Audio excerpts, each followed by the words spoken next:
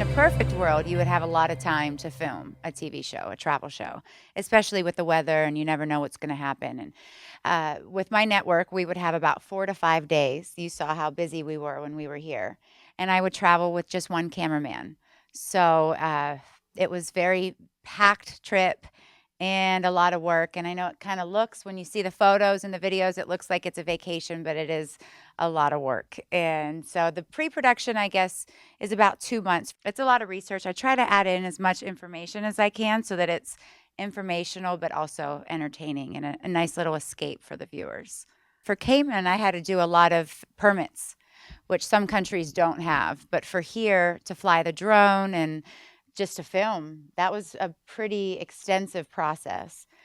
And then filming 4 to 5 days, and then I go home, and then the post-production, I have the show for six weeks, and then I give it to an editor, and he has it for about 3 to 4 weeks, and then it broadcasts about a month later.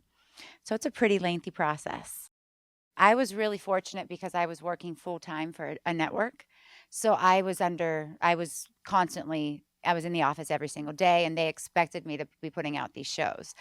If you're not already with a network and you want to create your own TV show, that's a pretty lengthy process. I think the best thing to do is create a sizzle, kind of a preview of the destination if you can, and then try to pitch that to networks. It's really difficult, especially in the States. Travel TV is just not a big thing. I don't know if anyone remembers Wild On back in the day with Brooke Burke. Well, they don't really have that anymore. So my network gave us the opportunity to be able to have something similar and do travel shows, which people really love. And I don't know why in the US it's so difficult to get more travel shows. But it's just not, they want reality. And so it's a lot tougher. I mean, I just moved back to LA a couple months ago, and I've been going out on meetings and pitching, and it's a whole different process.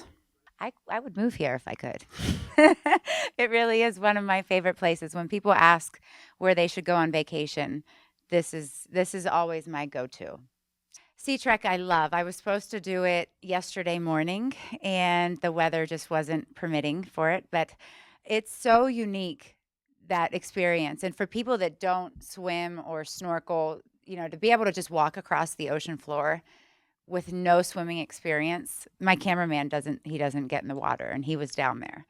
So that was pretty unique. And of course, Stingray City.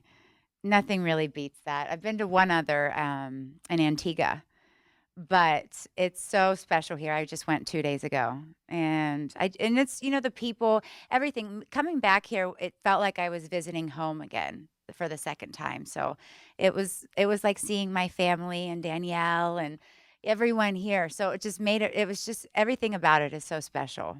Well, thank you everyone for coming. I really appreciate it. I love your island. Thank you.